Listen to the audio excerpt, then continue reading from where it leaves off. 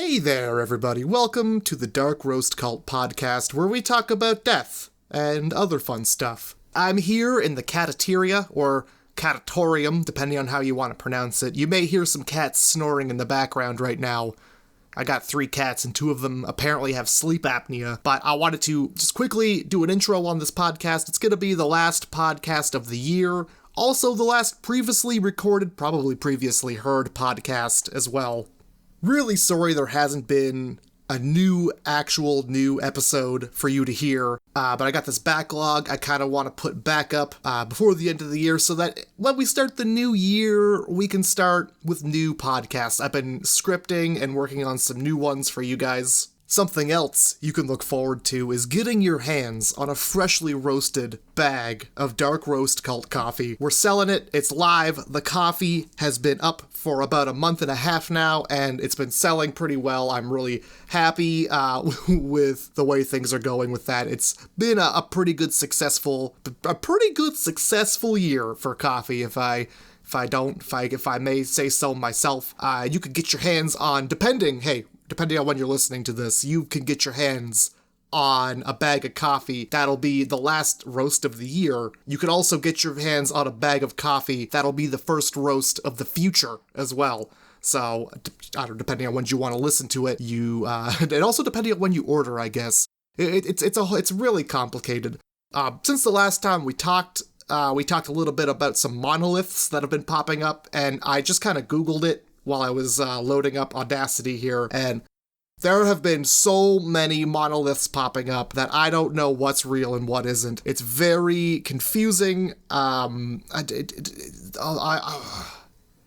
just weed out all the copycats. I wish Google had a filter that would just weed out every copycat so I could just get the news on these strange metal objects. If you guys know what's going on, feel free to hit me up.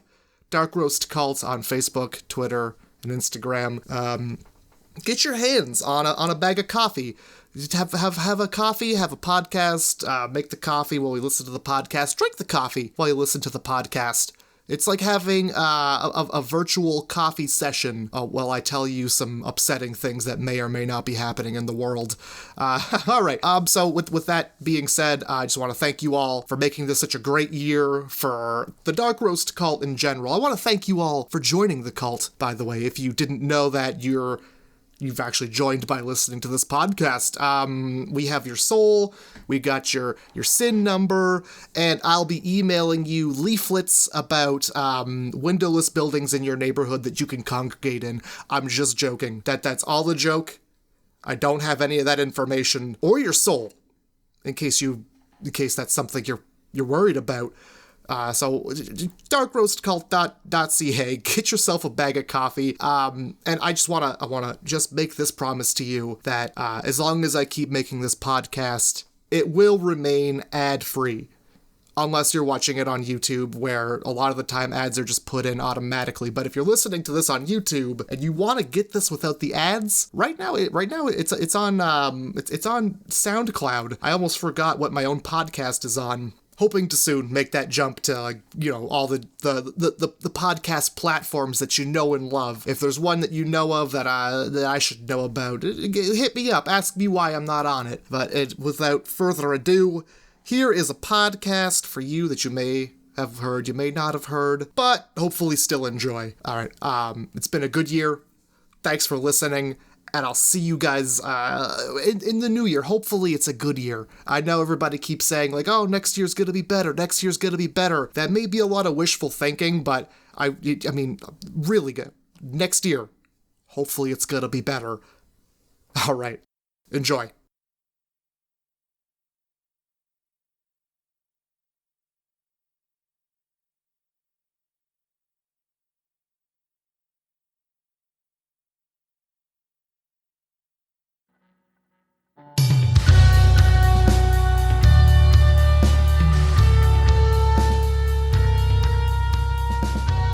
Hey everybody, how's it going? Today we're going to be doing the Stan Romanek story. If you don't know what that is, you might be in for a treat, you might not be. I was mucking around on the internet over the weekend, found this documentary called Extraordinary, the Stan Romanek story, and it seemed like there was a lot of cool stuff in it, a lot of video evidence, a lot of creepy stuff that would, catch my interest, so I checked it out. And then I wanted to watch it again, just, to have it fresh in my mind for this podcast so I could talk about it. And the second time I watched it, I had a lot of problems with it. It got pretty questionable, and really, it got really questionable right at the end, the first time I watched it. Right from there, I was like, wait a minute, hold up. Oh, God, no. And the second time I watched it, yeah, no, definitely some questionable, upsetting stuff. And you're gonna hear it in the... I don't want to tell you too much. It gets out of hand. That's all I'll say. Get ready for it. For your consideration, the Stan Romanek story. Before we get into the story, I want to give you guys a little preface, some information that I wish I had going into this story, because it changes things a little bit. It makes the story a little more intense and kind of even more weird. And if at any point after you hear this information, you're listening to this podcast and you start to get uncomfortable, I won't blame you if you click back and go listen to the first episode of this podcast. Don't worry about it. Something that this documentary touches on at the very end for a brief moment before trying to shrug it off and blame it on the FBI is that in 2014, Steve Romanek was arrested after turning himself in for charges of child pornography. In 2017, Romanek was found guilty of felony possession of child pornography, but not guilty of distributing it, which doesn't make it any better. You're still a terrible, awful person. And just in case were you questioning it? I wasn't. No, I don't think you were either. During the trial, his wife, Lisa, was quoted as saying, "We'll be taking ufology," that's the study of UFOs, into the court. So that would have been a real fun, interesting day for everybody. So now that you know that information, it's December 27th, 2000. Stan Romanek is driving into the mountains to film scenery for his internet girlfriend when he notices an object hovering just above the power lines. As he pulls his vehicle over to get a better look, the object appears to notice him, according to his account. I don't know how an inanimate object notices something or even appears to notice something. I don't know if it was like one of those cartoon pointer dogs or if it gestured towards him somehow. Maybe it just had a big exclamation point over its head and it was taken aback a little bit. I have no idea. The object then turns 90 degrees upwards, straightens out, and then shoots directly up into the air. Stan pulls his video camera out and shakily zooms in on a large metal object hovering hundreds of feet off the ground.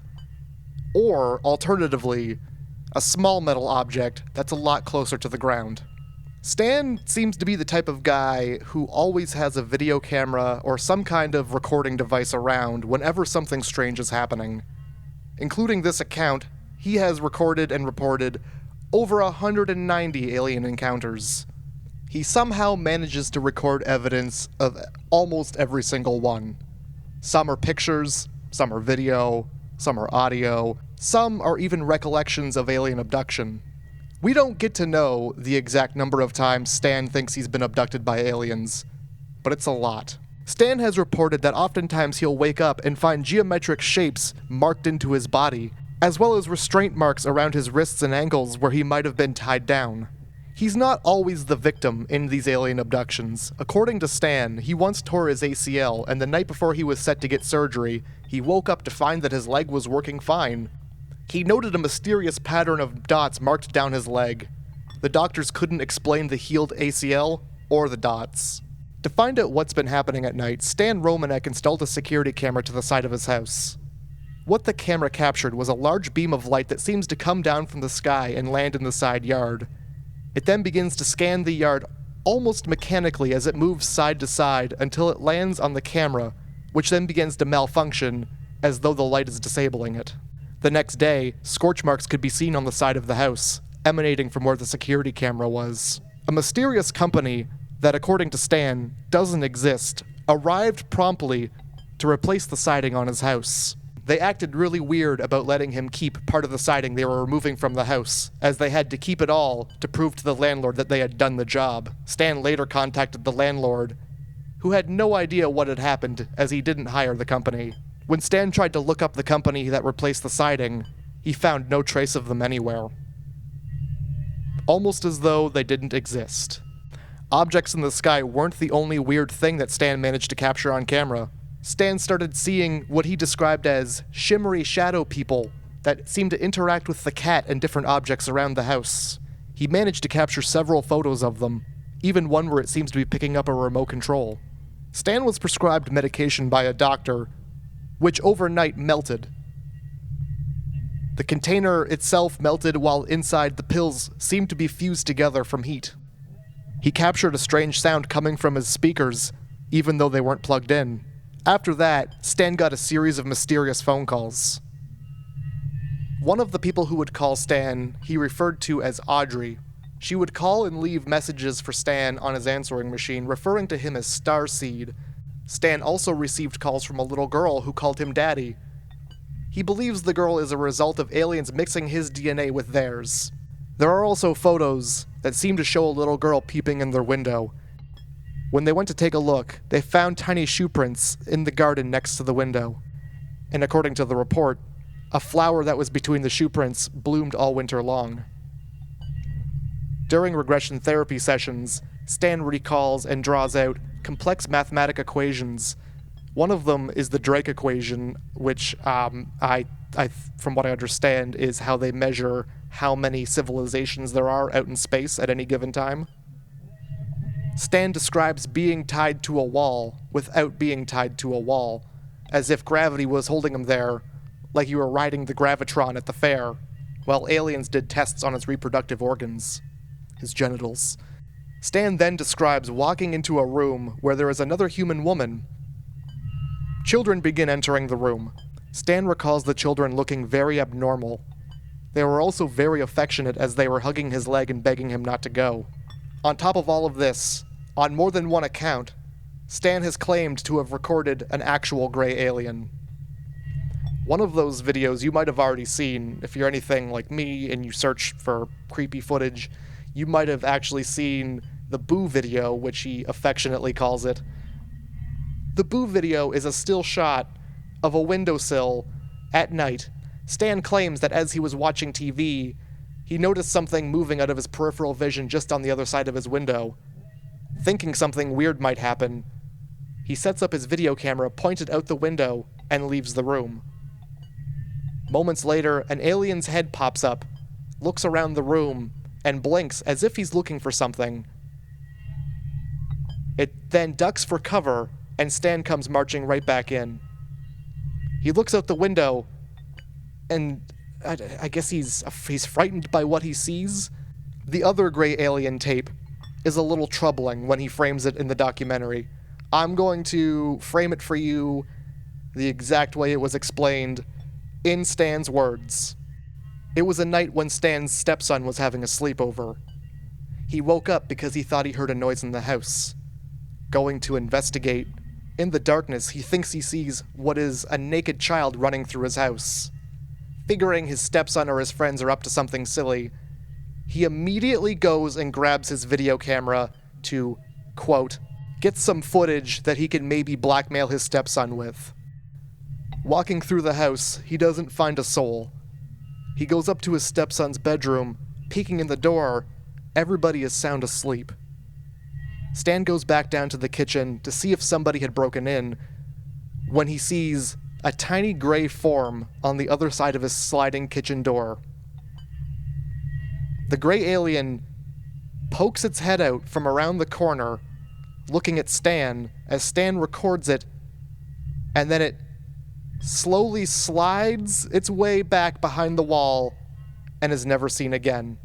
The gray alien looks a lot like the gray alien from the first video, maybe a little smaller. Walking over to the kitchen window, you can see a flash of light light up his backyard, and the alien is gone. After you hear Stan use those words in that story, a few more of his stories become a little more troubling. During the documentary, they also interview one of his science friends, who claims that they cannot leave him alone, whether it be because they don't believe him, or because they want to be witness to one of these strange events to give him a little more credibility. He then goes on to tell a story about how they were at the Romanek household for a party, when Stan said that he saw a little girl standing in the driveway. She was wearing a white jumpsuit, with blonde hair, standing in the rain, so she was wet. Stan fails to get the attention of anybody in the party telling them about what he had just seen. When he failed to get the attention of his friends, who just earlier in the documentary said that they could never leave him alone, he goes outside to investigate himself, bringing his camera. The girl in the driveway had large, strange eyes, and he only managed to capture one photo of her as she ran away. When his friends realized what was going on, where Stan was and what he was up to, they all came outside to see what he had seen. He showed them the photo of the girl, and all the party guests began to cry because it was such a wonderful photo. As he went to put the photo on the computer, his camera apparently auto-deleted it. And only it. As consequence to his reports, Stan claimed that he has been jumped by 4 military men who beat him up and threatened him to keep his mouth shut. He managed to fight the 4 guys off with a chain that he used to lock his bike up. Throughout all of the footage of alien encounters that Stan has had, his voice always seems to be a little shaky and over-embellished. Now, I've never encountered an alien before, but I gotta say that I think that if I did, you'd know it in my voice. I'm not saying that it's bad acting, but it does sound an awful lot like bad acting. Like if you've ever been to your child's 7th grade play where they play a tree, when Stan records his videos, he sounds like everybody else in that play. Oh my god, an alien right there? Hello, alien, ahoy. Orbs are another big part of the Stan Romanek video evidence library. Stan has managed to capture, on film, many orbs, flying around his house, mucking about in his front yard, and isn't that the worst, when orbs be mucking about in the front yard? Oh my god, just turn the hose on them. The orbs vary in size, from big red flashing spheres to small orange blinking balls. Flashing orange balls of concentrated light flying through the house without stopping to think. Stan's security cameras even managed to capture one flying directly over the house and in through a window. They all have one thing in common. They seem to be following Stan wherever he goes. Alright guys, so what do we got here? I'll tell you what I got here is a lot of issues with this whole story. I'll be straight with you, I'll be real. I wasn't gonna do this one. My cat just sneezed. I wasn't gonna do this one, and my cat just sneezed. I don't know if you heard that, but I was gonna pick a different topic. I was gonna delay the podcast. It wasn't gonna come out when I thought it was gonna come out, and it was gonna be a totally different topic, because about halfway into this documentary, I kind of realized what I was watching, and what I was watching was not great. Not great. I mean, on paper, it seems like it's a pretty rad story. It's got to have some pretty credible evidence, gonna be pretty convincing.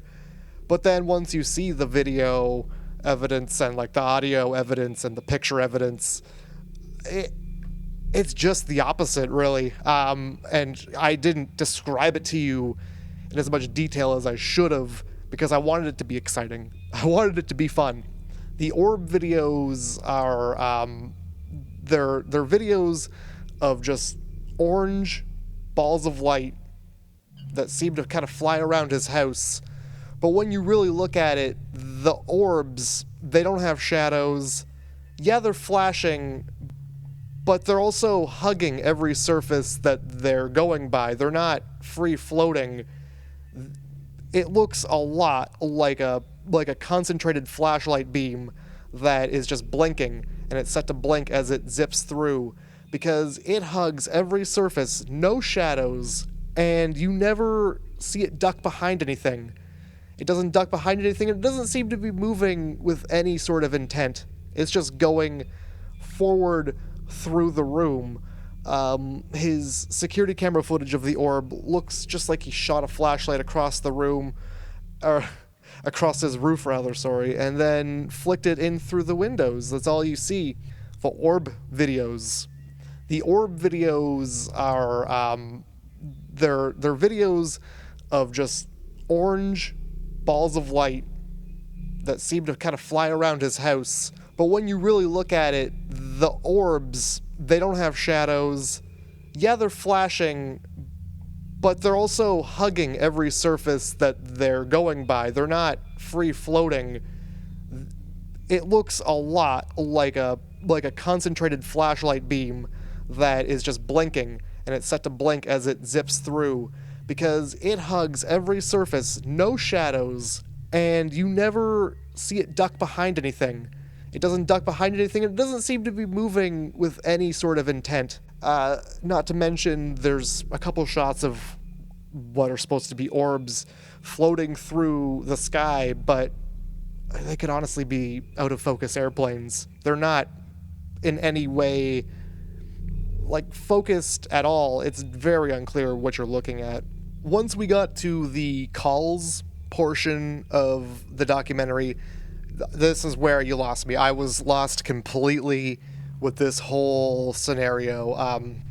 The voices that you hear over the phone are the Audrey voice. She's very robotic. It's obviously a text-to-speech app through a phone or a computer, most likely a computer because it's pretty old.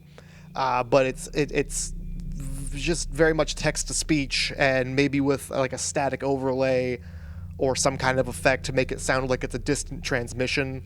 The girl's voice sounds an awful lot like one of those dollar store voice changers that makes your voice high-pitched and sound like tinny, like a robot's voice would. And there's that. What else? There's just so much. They play a voice call. It's such a convenient voice call. A voice message that Audrey with quotation marks, leaves on the voice messaging machine, explaining how smart and clever and special and unique and out of the ordinary Stan is supposed to be. He's supposed to be this alien plant, this genius, and he needs to unlock his abilities, but he's being stubborn. But it's a very convenient because it kind of explains his whole story, and it's sort of like, well, look, the robot voice on the telephone said so what more do you want? That's really what it seems like. It seems very conveniently placed in the documentary. It seems to be very conveniently worded to kind of bridge sort of a little part in the documentary. And the alien footage, not only did he frame it in a really creepy way, he didn't have to give the backstory at all to the video, but he did. And once you say it like that, it's pretty upsetting that the first thing you think of when you see what you think is a naked child running through your kitchen, that, hey, this is probably something I'm going to want to save on video forever, just in case. Sorry, I'm kind of stuck on that. That's because it's your movie. Why would you word it that way? Why would you could word it any way you want. It's your movie. You can lie. And honestly, how much of this is actual lies? I most likely all of it. But the video of the alien, you've probably seen it. The one in the window sill, the Boo video, if you will. He records an alien in the windowsill, and it looks exactly like a puppet. It looks like a puppet on a stick, or he's got his hand up there and he's turning it around. The way it moves its head, it's really unnatural. Like, nobody would move their head sort of that robotically. There's no up and down movement of the head. It's very side to side. And the speed at which it manages to duck underneath the window, it's really unnatural. Although aliens might be an unnatural thing, it's almost faster than gravity would allow you to, like, bend your legs while still maintaining balance on your body. It's real quick. It's a real quick dip down, and it just seems more so like somebody just pulling something down with their hand. I don't know if that makes any sense to anybody, but that's what it seemed like to me. And the video of the alien behind the window in the kitchen, where it kind of slowly slides behind the wall, it's, oh, it is such a Jim Henson-ass Muppet production looking puppet. Even the way it comically like has its hands on the side and like it peeks out like you would in a cartoon, and then it just slowly slides behind the thing like, not gonna see me. Ooh, I get away again. No. It just, if that's footage of an alien, why is it like that? Why is it that? Why doesn't it look real? If that's footage of an alien, why doesn't it look real? I believe he went on Larry King, which is a pretty big deal. He wouldn't show the video because he said that scientists were still scrutinizing it and they didn't want him to show it. Stan said that his Boo video was analyzed by a video expert. He had somebody come in and look at it, and they told him that it would cost $50,000 to recreate that video of the alien peeking through his window. Totally unverified, with nothing to back it up, no testimonial, nothing from the expert, just a claim farted out of his stupid mouth butt into the wind, much like most of this seems. And you know what? I would love to be proved wrong. Anytime I'm like, this isn't real, what I'm saying is, please prove me wrong. I would love to be proved wrong. But, I mean, look it. When you really boil it down, what do you have here? I mean, the way that it just kind of throws out like, oh, also, by the way, no big deal, but in 2014 he was arrested for child pornography. But don't be so quick, because here's some articles that say the FBI plants pornography of the child variety. And it's just the way it kind of like glosses over that. It seems like what we have, when you boil it down to like the meat and potatoes, the basic veggies of it, you got a pedophile who's doing whatever he wants because he somehow roped his friends into protecting him with this weird alien UFO guys, while he makes excuses that the FBI is planting this pornography on his computer. I did some research, and it turns out that it was like an ongoing investigation well before any of the UFO stuff happened. It was, I think it was 8 years in the making. They just didn't have a cybercrimes unit for his local police department, I guess, is the story. But it just seems like you've got a pedophile who's doing real shady stuff and then blaming it on aliens. That's what I get out of it. Because you got like the people saying that, oh, don't leave him alone. Don't leave him alone. And then he sees a kid and immediately he's left alone, and he, from what it sounds like, chases the kid to get a photo of it. God knows what he actually was deleting off his phone when his camera randomly deleted pictures of its own. Oh, I gotta get some water. My mouth gets real dry when I get into this. I mean, maybe I'm reading between the lines, and kind of hope I am, because I would love for my second podcast in this series to not be about a pedophile. Wowee, Mr. Stan. I don't know why I'm judging this. Like, I'm just I'm so sorry you had to listen to this podcast. But I feel like we should just get in here and be like, look at this, look at all this garbage. But hey, I want to know what you think. What do you think from the story? I don't know. Have you seen the documentary? It was apparently on Netflix. I didn't know that. I missed it on Netflix. I caught it it's on YouTube for free to watch. You can check it out. I took today off. Today I should have been at work, and you know what? I was like, not today, work. I'm going to do this podcast. This is the hustle. This is the grind. I grind so much at work that I don't actually have time to grind on stuff I care about. So I said, you know what, fuck it, today, let's get this podcast done. I want to get it done. This is what I want to do with my day. So here we are. I'm so happy to to be off work. I called in sick. Don't tell them. If they ask, I've got IBS, but I don't think they're going to be asking you. But hey, it's all good. I hope you guys have had a good week. Myself, literally nothing's been going on. I've just been watching like weird stuff. I've been trying to find good stuff for good podcast topics. I've been working on stickers too. I've been working on the Shrug Squad Friends with Stickers Club. I've got I'm waiting for October stickers to come in. By the way, it's October. Happy October. Are you putting your Halloween decorations up early? Don't you do it.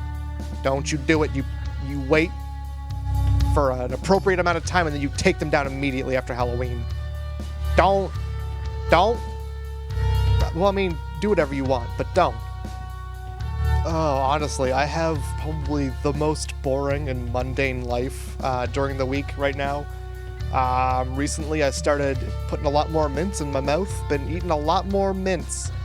Not because I have bad breath. I brush my teeth pretty regularly, I think. The dentist, I mean, I think she tries not to complain, but twice a day seems like a good amount. 3 times a day might be too much.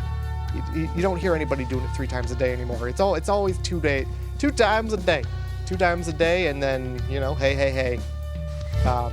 Eat ass every day. 2 times a day, eat ass. Nope, I'm not even gonna try and put that rhyme together. Anyway, I've been eating mints. It just seems to make the day go a lot faster. Isn't that sad when your life is like, I just gotta get this day over with, but it's every day? Holy shit, is my mouth minty. My God, tears rolling down my face sometimes. Like, so minty that when you take a drink, it hurts. You know that hurt? That taking a drink and it hurt? Because the water isn't cold, but for some reason the inside of your throat is just the iceberg that sank the Titanic. It's nuts. So if you're bored and you're looking to do something, put some mints in your mouth. It's fantastic. You get the mint flavor, and oh my God! This week's sponsor is Harry's Mints. They're peppermint. Okay. I don't know. Guys, what do you do? What do you do when there's nothing to do but what you're supposed to do, but mentally you're like, I'm not doing that. You just let your body go. Your body does the work. Your brain escapes. Where does your brain go? Let me know what you do to pass the time when you're doing work or something else. I could use all the tips I could get right now. And as soon as I can, I'm gonna quit this crappy job. I'm so done with it. It's the worst. I can't tell you exactly what I do, other than like I do the same thing every 30 seconds.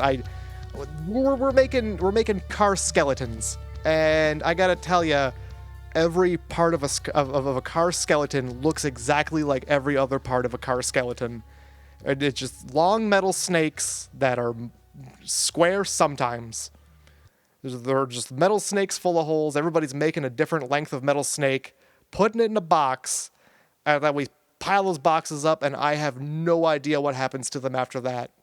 And like, it's weird. When I first got this job, nobody could tell me what we were doing. I don't know if they just wouldn't tell me, or if they just didn't know themselves what we were making. Like, they were weird about it. They were like, "So what are we making?" And like, it's just parts of a car. Get them out. Just keep get them out of here.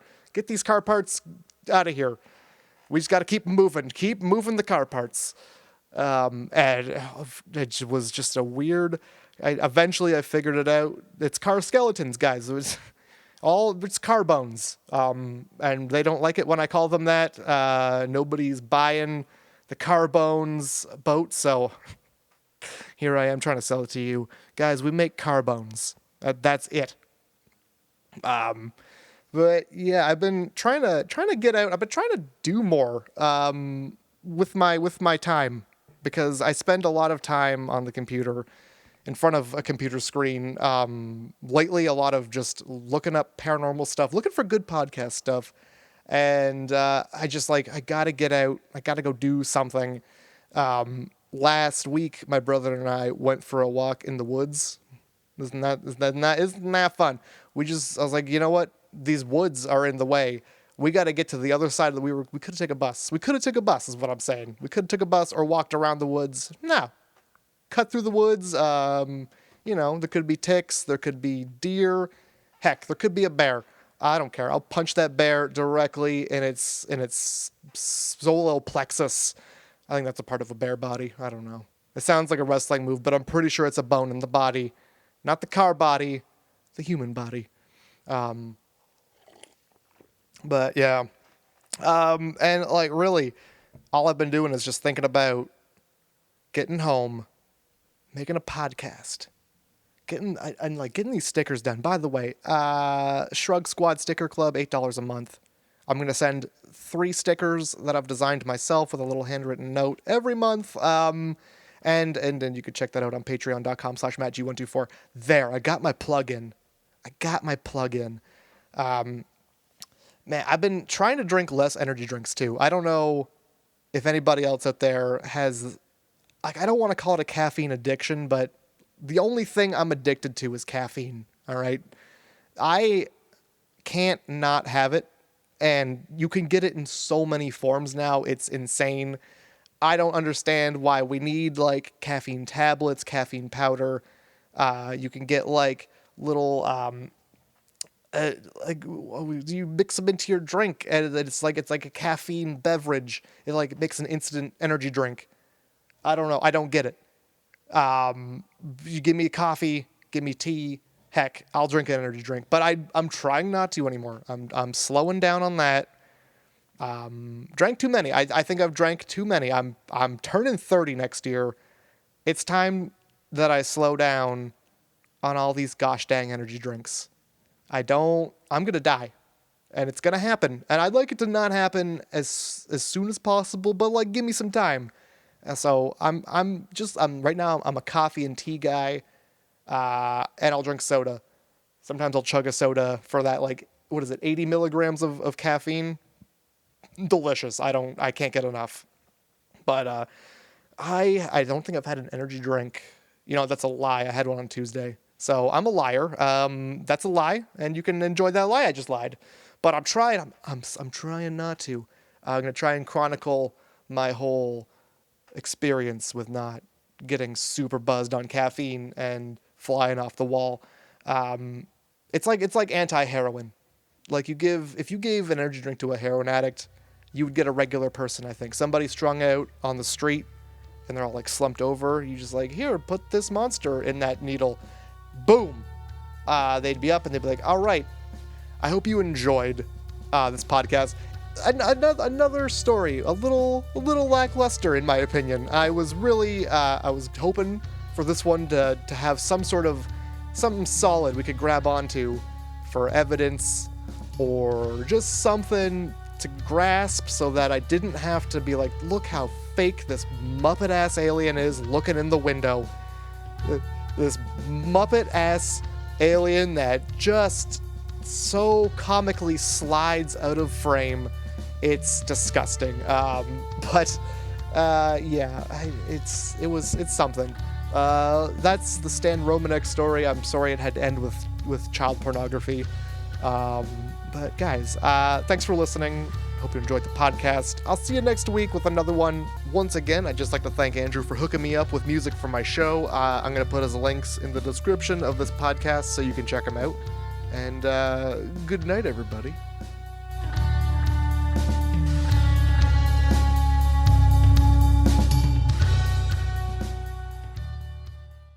Just as a little end of the podcast note, if you did want to check out Andrew's SoundCloud, the guy who did all the music and audio for this episode, you can check it out using the show notes below. He's changed his URL since I've originally uploaded this podcast, so it's different now, and I'll be including that, so you can just click on it and check it out, as well as some other things, like what we get up to when we're not doing this podcast, where you can find us and all that missing time. All those links and more in the show notes to the podcast. Hope you guys enjoyed it. I'll see you guys in the new year. Have a great rest of this one.